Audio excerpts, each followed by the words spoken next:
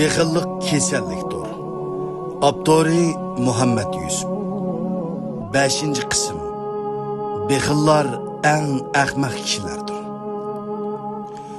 Chunki bexillar o'zining bo'lmaganini jenini tikib qo'g'daydigan, uningdan taqdir qilingandan boshqasini yeyolmaydigan va topqanlarining hammasidan hisob beradiganligini bilib turib, halol harom demay pul to'playdigan va uning haqqini ado qilmaydigan ahmoqlardir.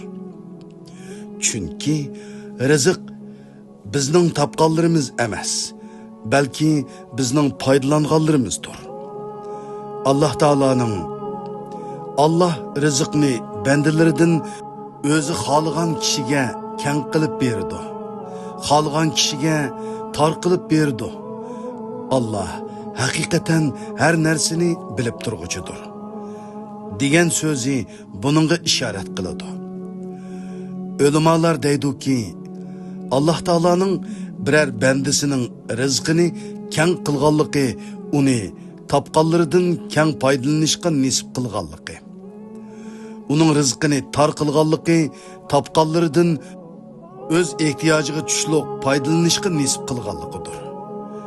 Oyatning Allah haqiqatan har narsani bilib turg'uchidir degan qismi Alloh taolaning bandalarining barliq ehtiyojini va ularga nimaning foydali ekanligini to'liq biladiganligini ifodalaydi.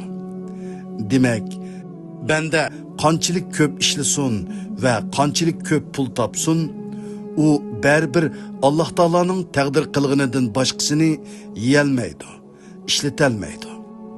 Rivoyat qilinishicha, nihoyatda bexil bir odam bo'lib, u topqanlardan boshqalarni bahramon qilish u yoqda tursin, hatto o'zi ishlatishga bexillik qiladi ekan va topqanlarini saqlaydi ekan.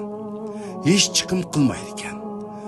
Bir kunlarda u sening boyligingni Iskandariyadagi Ahmad yeydi deb tush ko'rdi ekan. Dastlabda u tushga ancha ko'ngli bo'lib ketmaydi ekan. Ammo bu tushni orqa-orqadan 3 kun ko'rgandan keyin boyliqidan ansirashga boshlaydi ekan.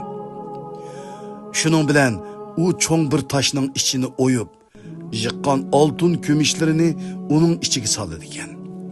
Ondan toshning atrofini rangli toshlarni chaplash bilan zinnatlab dengizga tashlaydi ekan. Shuningdan keyin boyliqimni hech kim yeyolmaydi degan ishonch bilan xotirjamlik ichida o'tadi ekan.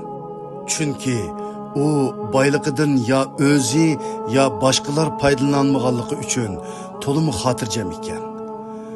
Bir qancha yildan keyin u bexil odamning safari Iskandariyaga tushib qoldi ekan va shahar aylanib yurib, o'zi dengizga tashlayotgan yeliq toshni bir do'konning ustida ko'rib hayron qoldi ekan.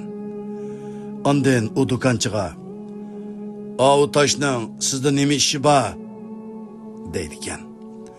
Do'konchi: "Dengizchilar tepib kelgan ekan.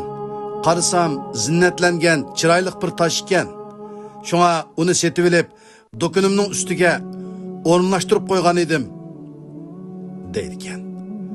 Bexil do'konchiga: "Darhol uni tushiring", deydi ekan. Do'konchi toshni tushirgandan keyin bexil toshni parchalab, ichidagi oltin kumushlarni chiqardi ekan. Ondan: "Men Allohning taqsimotiga ishondim. Bu boylik menga nisb bo'lmadi. Aslida bu mol dunyo sizning rizqingiz ekan", deb uningga berib ekan.